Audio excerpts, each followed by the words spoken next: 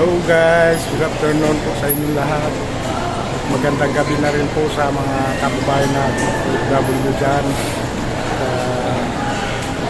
Sana nasa mabuti kayong kalagayan at ligtas sa anumang karamdaman.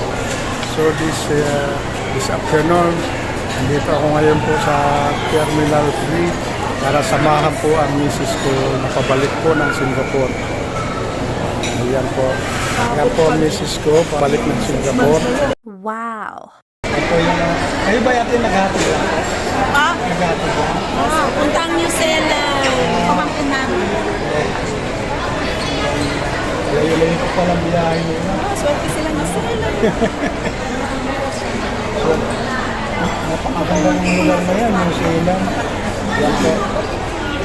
Shout out po sa mga taga New Zealand. Ito po ang ating mga kababayan na pabalik ng New Zealand.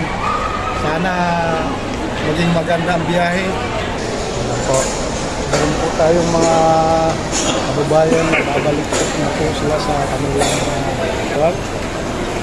Yan po. Ito po yung mga pasok ng Terminal 3. Mga nasa babang side mo. So yun guys, alis na po si Mrs. Maligtas po siya sa kanyang pagbibiyahe. Pagdasal lang natin sa Panginoon at wala namang imposible sa kanya.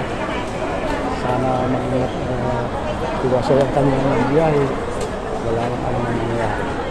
So yun na lang guys.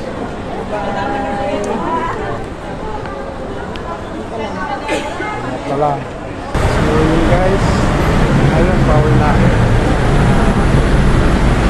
Bulacan. Maraming salamat po sa mga nag-subscriber ng aking channel. Sana nasa mabuti kayong kalagayan sa karamdaman. Sa ating mga kababayan mo OFW dyan, pagsaklaran sa sulit na mundo. Sana nasa mabuti kayong kalagayan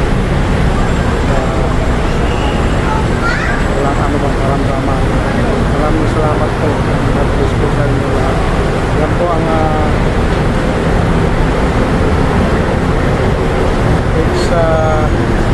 long extra going to monumento po. Medyo makapal na ang aming traffic.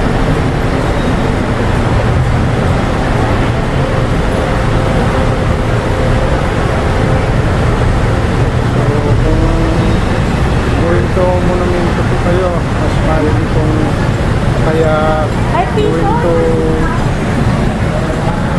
Tapabi nyo, mas mahal kung sasakay po kayo na MRT